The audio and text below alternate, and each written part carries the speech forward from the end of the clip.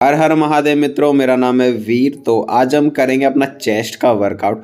So basically आज काफ़ी दिनों के बाद हम अपना चेस्ट वर्कआउट करने वाले हैं, बिकॉज अभी बीच में दिवाली पड़ गई थी तो उसकी वजह से जिम बंद रही थी। तो यानी कि ऑलमोस्ट मान लीजिए अब 3 से 4 दिन का गैप हो गया है जिम में। डेट्स वाई आज हम काफ़ी लाइट वेट लिफ्ट करेंगे। टोटल हर एक एक्सरसाइज के हम 4 सेट करेंगे और इसमें हम टोटल अपनी 6 से 7 एक्सरसाइज ही रखेंगे। सबसे पहले हम करेंगे अपना बेंच प्रेस, देन फिर हम अपना करेंगे इंक्लाइन बेंच प्रेस। ऑलराइट, ये 2 एक्सरसाइज करेंगे सबसे पहले हम बेंच पे। उसके बाद फिर हम दोस्तों इंक्लाइन बेंच पे डंबल से करेंगे, यानी कि डंबल प्रेस करेंगे इंक्लाइन बेंच पे। देन उसके बाद फिर हम बटरफ्लाई एक्सरसाइज करेंगे मशीन पे। ऑलराइट, उसके बाद फिर हम अपना केबल क्रॉस ओवर करेंगे।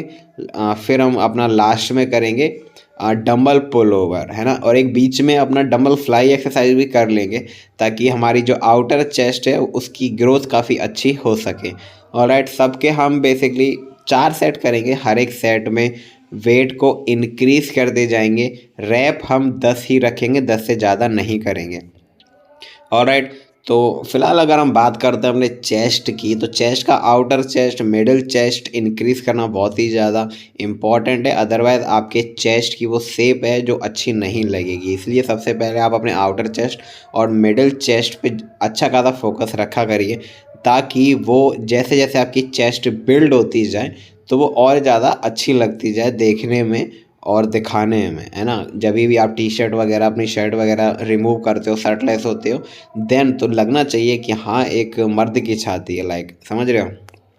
वेल अगर मैं बात करूँ तो आज यार काफ़ी ज़्यादा पेन हो रहा था मेरी बॉडी में। I don't know why, I think recovery शायद सही से नहीं हो पा रही है, क्योंकि मैं 2 टाइम वर्कआउट करता हूँ, सुबह और शाम को, शायद इसीलिए। लेकिन कल रात को मैं सही से सो भी नहीं पाया था, तो शायद हो सकता है कि वो भी एक रीज़न हो सकता है बॉडी में पेन का। क्योंकि जब आप बहुत ज़्यादा वर्कआउट करते हो तो सबसे ज़्यादा ज़रूरत होती है आपको रिकवरी की, और रिकवरी, सही रिकवरी होती है आपकी स्लीपिंग में। यानी कि जब आप स्लीप करते हो, जब आप सोते हो, उस वक्त आपकी रिकवरी बहुत अच्छी होती है।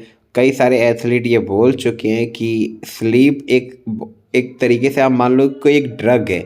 अगर ओलंपिक में स्लीप को एज अ ड्रग देखा जाता तो उस पर बैन लगा दिया जाता। आप समझ रहे हो। तो स्लीप बहुत ज़्यादा इम्पॉर्टेंट है हमारी बॉडी की रिकवरी के लिए, बहुत सारे बॉडी बिल्डर बोल चुके हैं। सो मैं भी यही बोलूँगा कि हाँ, वास्तव में जो स्लीप टाइम है, जो आपकी स्लीपिंग टाइम है, वो बहुत बेटर होनी चाहिए। हर किसी की बातों में मत आ जाना कि 2 घंटे की नींद बहुत ज़्यादा मतलब इनफ है, 3 घंटे की नींद बहुत है, 4 घंटे की नींद बहुत है, 5 घंटे की नींद बहुत है।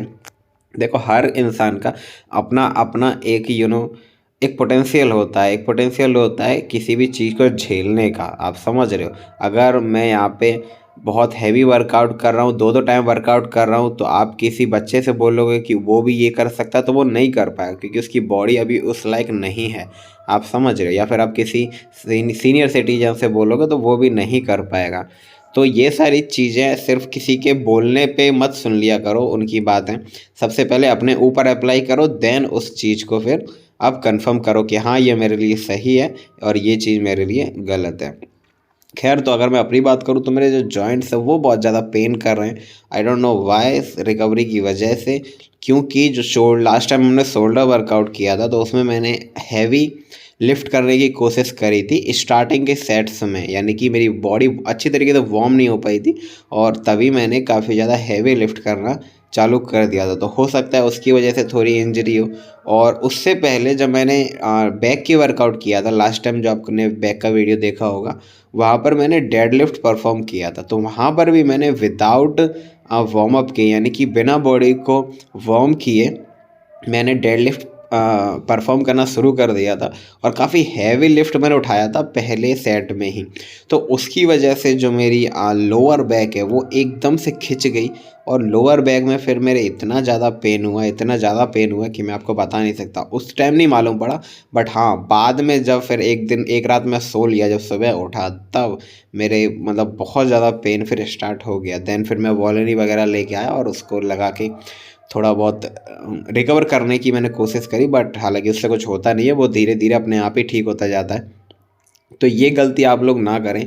किसी भी बॉडी पार्ट की अगर आप ट्रेनिंग कर रहे हैं, चाहे वो छोटे से छोटा बॉडी पार्ट हो, वो बड़े से बड़ा बॉडी पार्ट हो, उसको वार्म ज़रूर करें, उसका वार्म अप ज़रूर करें। अदरवाइज़ आपको किसी दिन बहुत हैवी इंजरी हो जाएगी। अभी नहीं हो रही है, बट किसी दिन ज़रूर हो जाएगी, जब आपके मसल्स टिश्यू बहुत ज़्यादा कमज़ोर हो जाएंगे एक टाइम के बाद। उस वक्त फिर इस तरीके की इंजरी होना आम बात है, और वो हो ही जाती है। सो ये गलती मैं कई बार करता हूँ, बट आप लोग मत करना। मैं भी कोशिश करूँगा इस गलती को जल्द से जल्द सुधारने की। ऑलराइट, बट फ़िलहाल हम बात करते हैं कि डाइट में अभी मैं क्या ले रहा हूँ। अगर मैं अपनी डाइट की बात करूँ तो डाइट में अभी मैं बहुत ही नॉर्मल, बहुत ही मतलब सस्ती, बहुत ही एक रेगुलर जो डाइट लेता है ना हर इंसान, वैसी डाइट ले रहा हूँ। कुछ नहीं, सुबह सबसे पहले ब्रेकफास्ट में अभी मैं ओट्स लेके आ गया था, तो मैं ओट्स खा रहा हूँ। गर्म दूध में ओट्स डाल देता हूँ, उसके अंदर 1 चम्मच पीनट बटर डाल देता हूँ, और 1 गिलास दूध का ले लेता हूँ। ये मेरा भी ब्रेकफास्ट चल रहा है, ठीक है। और देन फिर उसके बाद मैं क्या करता हूँ, फिर जो लंच होता है, फिर इसके बाद सीधा मैं लंच करता हूँ। बीच में कोई स्नैक वगैरह नहीं लेता मैं। लंच में मैं डायरेक्ट खिचड़ी खाता हूँ, जिसमें चावल होते हैं और दही होता है, ठीक है। तो ये मेरा लंच होता है, क्योंकि चावल में हमें कार्ब्स मिल जाता है और खिचड़ी में दाल भी होती है, तो दाल से हमें प्रोटीन मिल जाता है। तो डेट्स वाई मैं हमेशा खिचड़ी ही कंज्यूम करता हूँ अपने लंच टाइम में। ऑलराइट, और देन फिर जो उसके बाद फिर मैं डायरेक्ट डिनर करता हूँ। फिर लंच और डिनर के बीच में भी कोई स्नैक नहीं है, कोई पोस्ट वर्कआउट नहीं, कोई प्री वर्कआउट नहीं, कुछ नहीं। आप लोग समझ रहे हो। तो डायरेक्ट डिनर, डिनर में कुछ नहीं, रोटी सब्जी जो भी घर पे बनाओ। रोटी बनी है तो रोटी खाता हूँ, सब्जी बनी है तो सब्जी खाता हूँ, पूड़ी बनी है तो पूड़ी खाता हूँ। जो भी मतलब बना होता है घर पे, वो ही मैं कंज्यूम करता हूँ डिनर में। ऐसी कोई स्पेशल डाइट नहीं लेता कि मैं अलग से कोई चीज़ों को ऐड कर रहा हूँ, कोई मैंने सप्लीमेंट ऐड किया है, कोई BC डबल, एक क्रिएटिन वगैरह, कोई सप्लीमेंट्स तो मतलब बहुत ही दूर हूँ अभी सप्लीमेंट से। किसी टाइप का सप्लीमेंट नहीं ले रहा हूँ, और उसके साथ साथ जो नॉर्मल डाइट होती है वो भी मैं बिल्कुल नहीं ले पा रहा हूँ।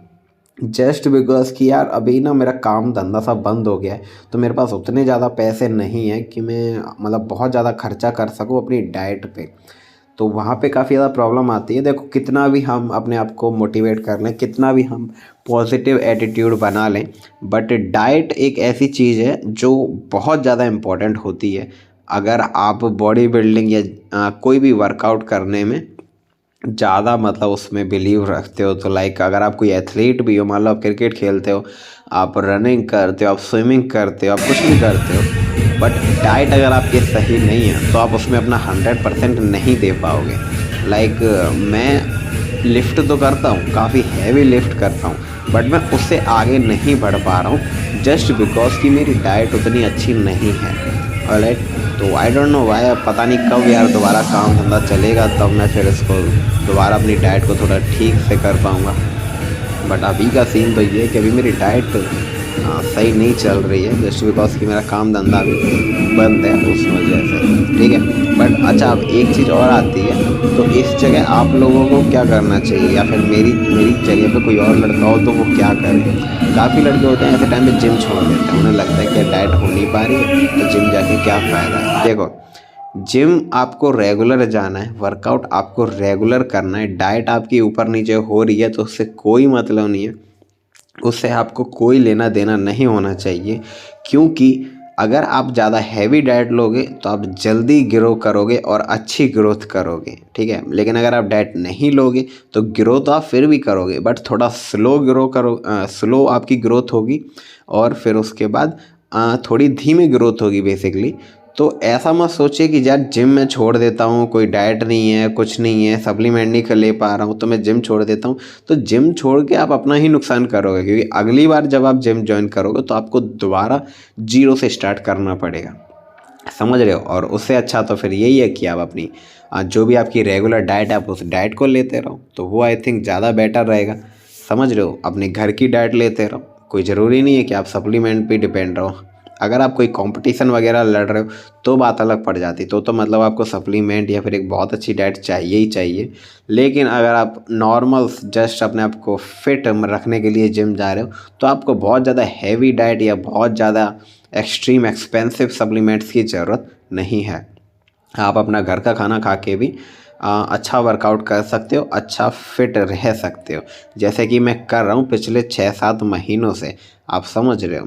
मुझे आई थिंक 7 महीने होने वाले हैं जिम ज्वाइन किए हुए, और तब से लेके अभी तक मैं सिर्फ नॉर्मल डाइट ही कंज्यूम कर रहा हूँ। हाँ, बीच बीच में कभी कभी थोड़े बहुत एक्स्ट्रा डाइट ले लेता था, लाइक चिकन खा लिया, अंडे वगैरह खा लिए, बट सप्लीमेंट तब भी नहीं मैं अफोर्ड कर पाता था क्योंकि पैसे नहीं होते थे यार। अब 1000-2000 रुपये वाला सप्लीमेंट ले लो तो उसका कोई सेंस नहीं बन रहा, कोई प्रोटीन नहीं उसमें अच्छा मिल रहा है ना। बच्चों वाले वो, क्या बताऊँ, आप लोग खुद समझदार हो। जब तक आप एक अच्छा प्रोटीन नहीं लोगे ना, और अच्छा प्रोटीन 5 से 6 हज़ार, 7 हज़ार, 8 हज़ार इस रेंज में आते हैं, तो और 4 हज़ार, 5 हज़ार, मतलब काफ़ी महंगे आते हैं जो मैं अफोर्ड नहीं कर सकता। सो डेट्स वाई मैं सप्लीमेंट फिर मैंने ऐड ही करना बंद कर दिया और मैं जस्ट अपनी नेचुरल डाइट पे ही डिपेंड रहने लगा, ठीक है। और अब मैं बात करता हूँ कि क्या नेचुरल डाइट से भी बॉडी बन सकती है। तो बिल्कुल बन सकती है, अगर हम बात करते हैं ओल्ड स्कूल की, यानी कि आर्नोल्ड के टाइम की। जब आर्नोल्ड बॉडी बिल्डिंग किया करते थे, आर्नोल्ड के टाइम के जितने भी बॉडी बिल्डर बॉडी बिल्डिंग किया करते थे, अगर हम उस टाइम की बात करें ना, तो उस टाइम पूरी तरीके से नेचुरल डाइट ही रहती थी। वो लोग सिर्फ चिकन, अंडे, बीफ, मीट, इन्हीं सब चीज़ों पे वो डिपेंड रहते थे, क्योंकि उस वक्त सप्लीमेंट थे ही नहीं, सप्लीमेंट जैसी कोई कंपनी थी ही नहीं। जितने भी आप ये आज ब्रांड देख रहे हो ना, मसल ब्लेज के अलग हैं, प्रोटीन पाउडर वगैरह जो भी, उस टाइम पे ये थे ही नहीं। तो वो जो भी अपनी डाइट वो करते थे, पूरी करते थे, वो नेचुरल चीज़ें खा के ही पूरी करते थे। और नेचुरल चीज़ें खाने के बाद भी उनकी इतनी अच्छी ग्रोथ हुई है, इतनी अच्छी बॉडी बनी है, तो फिर आप लोग खुद अंदाज़ा लगा लीजिए कि वास्तव में नेचुरल डाइट से बॉडी बन सकती है। अगर हम बनाना चाहें, अगर हम सही डाइट की समझ हमें हो, तो हम नेचुरल डाइट लेके भी बॉडी बना सकते हैं, जैसे कि आर्नोल्ड के टाइम के बॉडी बिल्डरों ने बनाई थी, समझ रहे हो। लेकिन अभी सप्लीमेंट पर लोग ज़्यादा डिपेंड हो गए, जस्ट बिकॉज कि वो एक आसान रास्ता है, जस्ट बिकॉज उसके लिए आपको बहुत ज़्यादा मेहनत करने की ज़रूरत नहीं है, बहुत अलग अलग फूड खाने की ज़रूरत नहीं है। जस्ट आपने एक स्कूप लिया, आपको 25 ग्राम प्रोटीन मिल गया, आपने 2 स्कूप लिए, आपको 50 ग्राम प्रोटीन मिल गया, समझ रहे हो। तो ये भी एक सीन है। बट नेचुरल डाइट का एक ये भी फ़ायदा है कि वो एक लंबी ग्रोथ देती है आपको, लंबे समय तक के लिए, लंबे टाइम पीरियड के लिए आपकी बॉडी के अंदर ग्रोथ बनी रहेगी, समझ रहे हो। तो ये भी एक उसका फ़ायदा है। अच्छा, अब अगर मैं बात करता हूँ लंबे समय के लिए डाइट जो भी है आपकी ग्रोथ बनी रहेगी, उसका क्या मतलब, उसका मतलब ये है कि अगर आप नेचुरल डाइट पे रहते हो ना, तो काफ़ी लंबे समय तक अगर आप जिम बंद कर देते हो और बस आप कुछ नहीं, आप घर पे भी जस्ट पुशअप्स वगैरह लगाते रहो, नॉर्मल मतलब एक फिटनेस वाला काम करते रहो, जिम छोड़ दो, जिम पूरी तरीके से छोड़ दो, उसके बाद भी आपकी बॉडी की ग्रोथ बनी रहेगी अगर आप नेचुरल डाइट लेके आपने बॉडी बनाई है। लेकिन जब आपने जिम छोड़ी और आप लेते थे सप्लीमेंट, आप कोई भी प्रोटीन का सप्लीमेंट लेते थे, कोई भी पाउडर वगैरह खाते थे, तो उस वक्त जब आप जिम छोड़ते हो तो आपकी बॉडी की ग्रोथ बहुत तेज़ी से नीचे आ जाती है। क्यों? क्योंकि अब आप वो प्रोटीन नहीं ले रहे हो। अब जो वो स्कूप था ना, जो वो स्कूप है वो अब आप नहीं ले रहे हो, क्योंकि अब आप जिम नहीं जा रहे हो, इसलिए आप वो स्कूप नहीं ले रहे हो। तो फिर आपकी जो ग्रोथ है वो बहुत तेज़ी से नीचे आने लगती है, क्योंकि आपकी डाइट में भी कमी और आपने जिम भी छोड़ दिया, तो आपकी वर्कआउट में भी कमी। तो फिर तो इसीलिए यही एक रीज़न है कि लोग बोलते हैं कि यार जिम जा रहे हैं तब तक बॉडी है, जिम जैसी छोड़ी फिर बॉडी एकदम से ख़त्म। तो वो ख़त्म होने का रीज़न यही है कि अभी तक आप सप्लीमेंट पे डिपेंड थे, और अब आप वो सप्लीमेंट नहीं ले रहे हो जिम छोड़ने की वजह से, तो अब आपका वर्कआउट भी ख़त्म, आपका सप्लीमेंट भी ख़त्म, इसीलिए आपकी बॉडी भी ख़त्म। आप समझ रहे हो। तो यही एक रीज़न है। और बहरहाल अगर हम बात करते हैं कि किस तरीके से हम अपनी चीज़ों को अफोर्ड कर सकते हैं, तो देखो मैं एक आपको रियलिटी बताता हूँ, एक फैक्ट बताता हूँ जो आई थिंक आपको बहुत कम लोग बताएंगे। वो ये है कि बॉडी बिल्डिंग एक बहुत मेगा स्पोर्ट है। इसका मतलब ये नहीं है कि आपको बॉडी बिल्डिंग करनी ही नहीं चाहिए और बॉडी बिल्डिंग आपके लिए टोटल वेस्ट ऑफ टाइम है, ऐसा नहीं है। अगर बॉडी बिल्डिंग थोड़ा सा मेगा स्पोर्ट है तो ये आपको डिसिप्लिन सिखाता है, ये आपको मजबूर करता है कोई काम करने के लिए। यानी कि कोई भी आप काम करो जिससे आपको पैसे मिलें, और फिर वो पैसा आप अपनी बॉडी पे लगा सकते हो, या फिर कहीं पर भी आप इन्वेस्ट कर सकते हो, जहाँ पर भी आप चाहो, समझ रहे हो? तो इसका अगर बॉडी बिल्डिंग ज़्यादा पैसा माँग रही है तो इसका मतलब ये नहीं कि वो वेस्ट ऑफ मनी है, वेस्ट ऑफ टाइम है। वो आपको सिखाती है कि हाँ, बिना पैसों के कुछ भी नहीं है, तो पैसे कमाओ देन फिर अपनी बॉडी में लगाओ और एक अच्छी हेल्दी आप बॉडी पाओ और 4 और अपने दोस्तों को इंस्पायर करो, 4 और लोगों को इंस्पायर करो कि हाँ, किस तरीके से आपकी बॉडी की शेप होनी चाहिए। आप खुद सोचो ना, आपकी अभी उम्र है 20 साल, 21 साल, 22 साल, यानी कि अभी आप एक एडल्ट हो, एक जवान लड़के हो और आपकी कंधे झुके हुए हैं, आपकी जो रीढ़ की हड्डी है, जो बैकबोन है उसमें कर्व है वो झुकी हुई है, यानी कि आपका कोई पोस्चर ही नहीं है, समझ रहे हो? अगर आप एक जवान लड़के हो तो लगना तो चाहिए ना कि हाँ, आप एक जवान लड़के हो। अगर आप सामने से जा रहे हो तो 4 आदमी आपको देख के बोलें कि हाँ भाई, तू बहुत फिट है, तू एकदम, एक तेरी पर्सनैलिटी बहुत अच्छी है। तो वो कैसे होगा, वो कैसे पॉसिबल है? वो इसी तरीके से पॉसिबल है जब आप अच्छी डाइट लोगे, अच्छा वर्कआउट करोगे। आप समझ रहे हो?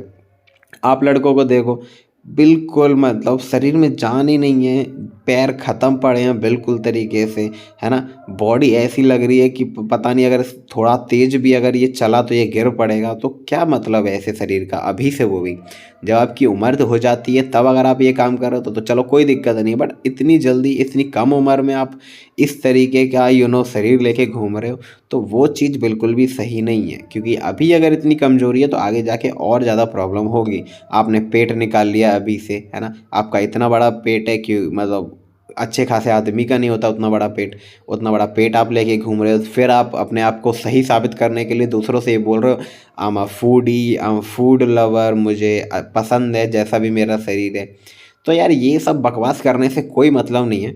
बेटर है कि आप जाओ, सुबह वर्कआउट करो, जिम नहीं जाते हो तो रनिंग करने जाओ, नॉर्मल जो घर पे वर्कआउट कर सकते हैं उन वर्कआउट को परफॉर्म करो, अच्छी डाइट लो, अपने खाने पे, अपनी जीभ पे कंट्रोल करो ताकि आपको एक फिट शरीर मिल पाए, समझ रहे हो? फालतू में अपने आप को एक्सक्यूज़ देने की ज़रूरत नहीं है, फालतू में कोई भी बहाने बनाने की ज़रूरत नहीं है।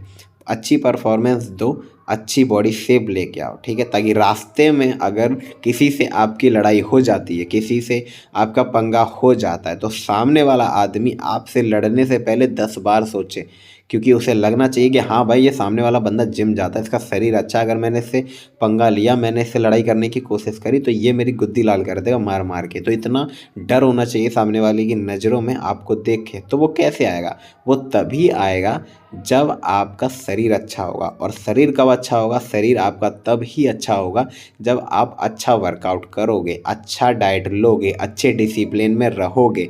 आप समझ रहे हो? जब आपके साथ कोई चले तो वो अपने आप को महफूज समझे, क्योंकि उसको ऐसा लगना चाहिए कि हाँ भाई, ये मेरे साथ चल रहा है तो मुझे किसी का कोई डर नहीं है, कोई भी बात होगी तो ये देख लेगा। जब आप अपने फैमिली वालों के साथ चलते हो तो उन्हें आपके साथ सिक्योर फील होना चाहिए।